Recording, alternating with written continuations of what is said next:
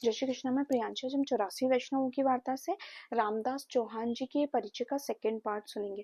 तो रामदास चौहान जी ये नित्य लीला में श्री ललिता जी की सखी है और इनका नाम है मधु एनी।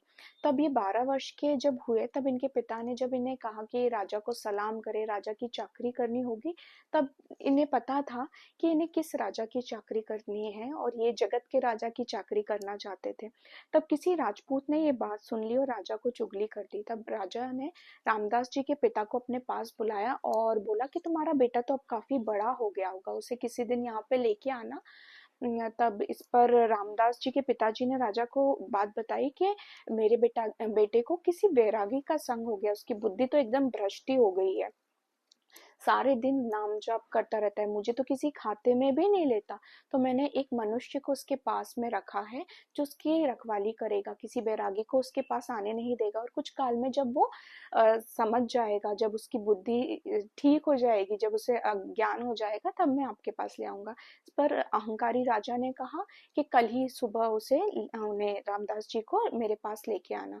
इस पर रामदास जी के पिता अपने घर गए, रामदास जी को बड़ा समझाने की कोशिश करी, उन्हें बड़ा डराया, उन्हें बोला कि राजा तुम्हें बंदी खाने में बंद कर देगा। इस पर रामदास जी ने कहा अगर मेरे भाग्य में बंदी खाने में बंद होना लिखा है तो मैं अपने भाग्य में जो लिखा होगा वो तो होगा ही, बंदी खाने में बंद हो जाऊंगा।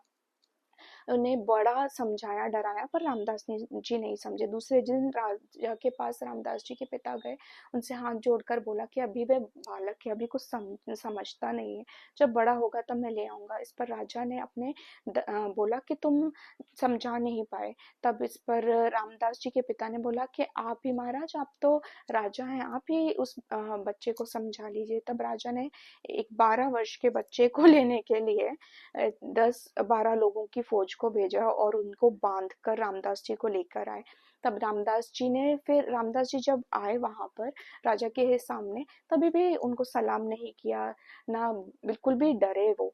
फिर राजा ने उनसे बोला कि तुम मेरी चाकरी क्यों नहीं करना चाहते, मुझे सलाम क्यों नहीं किया। इस पर रामदास जी ने कहा कि मैं तो जगत के जो राजा हैं उनकी चाकरी करूंगा और सलाम भी उनको ही करूंगा।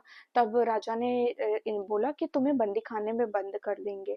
तब इस पर रामदास जी ने कहा अगर मुझे बंदी खाने में बंद करना है तो बंदी खाने में बंद कर दीजिए और आप मेरी चिंता मत कीजिए, आप अपनी चिंता कीजिए।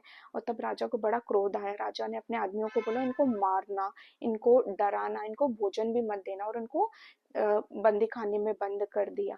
अब इससे ये राजा को तो भगवत जो वैष्णव अपराध था वो तो लग ही गया, और दूसरा ये है कि इससे रामदास जी के ऊपर तो श्री ठाकुर जी की कृपा ही होगी। कभी भी कोई मुसीबत किसी वैष्णव जन पे आती है तो वो श्री ठाकुर जी उस पे कुछ बड़ी कृपा करना चाहते हैं, इसीलिए वो मुसीबत आती है। पर राजा, क्योंकि राजा ने वैष्णव अपराध किया है तो उनको तो ये राजा को तो दंड भोगना पड़ेगा। जय श्री कृष्ण जी। वल्लभ की जय।